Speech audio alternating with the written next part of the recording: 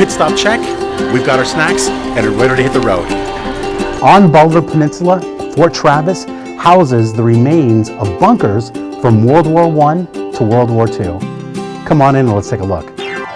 Join Joe as he chronicles his road trips through the cities, towns, highways, back roads, and various regions of the Lone Star State.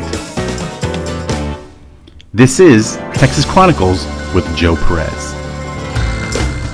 My adventure takes me to Galveston Island and Bolivar Beach, where I'll be visiting World War I and World War II bunkers on the islands.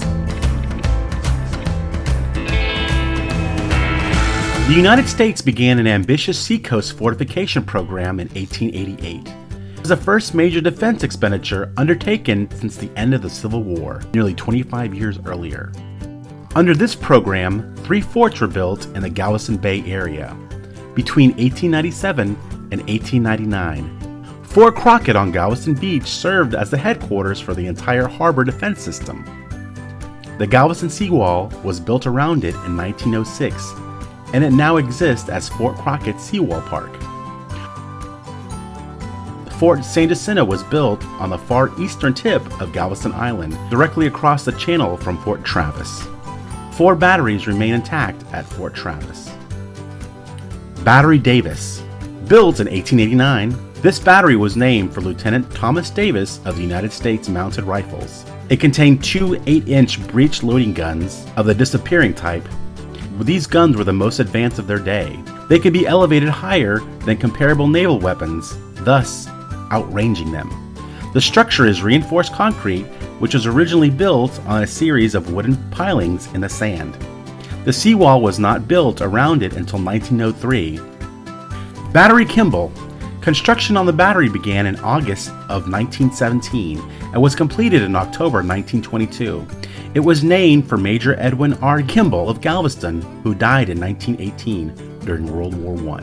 Its 12-inch guns could be elevated to gain a range of 17 miles, which was more than twice the range of the guns at Battery Davis.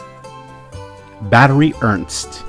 This battery was built in 1898 and named after 2nd Lieutenant Rudolph Ernst, United States 6th Infantry, who was killed in the Mexican War. It contained 3 small caliber rapid-fire pedestal guns with searchlights and casemated ammunition magazines below. Its purpose was to defend the harbor entrance against torpedo boats and raiding parties in small boats. Battery 236.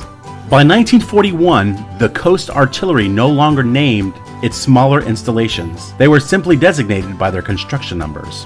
Battery 236 contained by an earth and concrete casement, which contained a power plant, magazines, fire control facilities, and crew quarters. This battery was designated primary to defend the approaches of Galveston Harbor from mine layers and submarines, which had to surface in order to lay mines.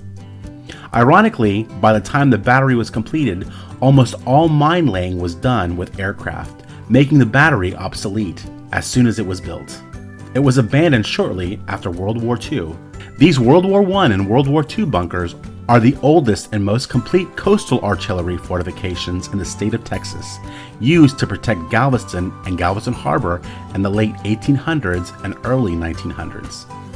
In 1942, when the menace of German submarines entering the Gulf of Mexico became apparent, it was realized the open guns of Battery Hoskins were very vulnerable to both air and sea bombardment.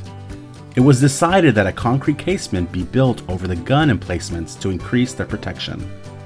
And the Army Corps of Engineers began by casemating Battery Hoskins to withstand an attack of 5,000-pound naval shells. While the guns have been removed, you can still see the cement casements today when you visit Galveston Island.